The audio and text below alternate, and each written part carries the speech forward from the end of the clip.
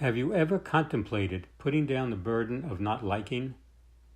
A burden you have carried for so long, you have forgotten that you have been carrying it.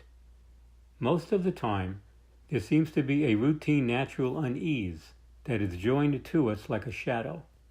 Not a shadow of physical light, but one of spiritual light. This moment, right now, as you are listening, is there any sense of not liking? It might not like the content. It might be the temperature in the room, the lighting, the gnawing hunger for some food or other stimulation. Not liking sits there lurking in the background and prodding us into further action or into further inaction. What if you were to put down, let go of any and all not liking for just a moment? What might that feel like? How do you do that? How do you put something down?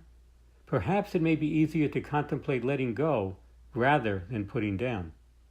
How do you let go of a thought? What lets go? It may feel like giving in. Imagine you are on a diet and you have not had ice cream for a few days.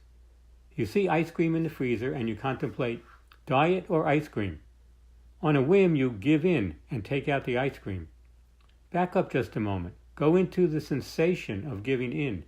You know you can do it. There's a softening, a relaxation somewhere around your belly or your heart. Once you find your awareness into this area, you can relax more easily into it at will. When standing in the light of the sun, we feel its warmth and cast a shadow of less light. When standing in the brilliance of spiritual light, we feel it as happiness. When we are too constricted or contracted, we block out some of the brilliance of the spiritual light and instead live in its shadow. It is this shadow that casts the sense of unease.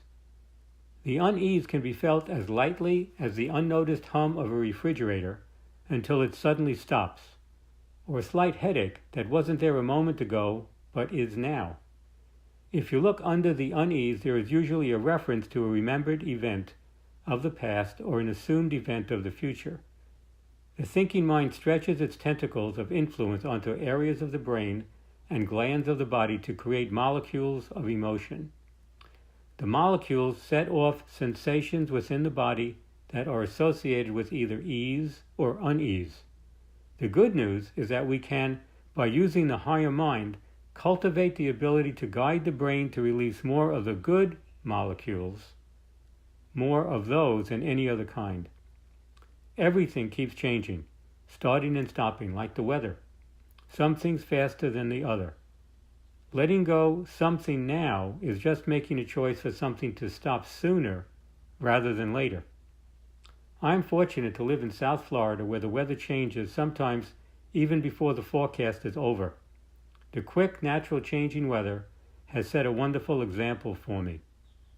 What may be helpful is to remember that even the unwanted thoughts are just as impermanent as the ones you like.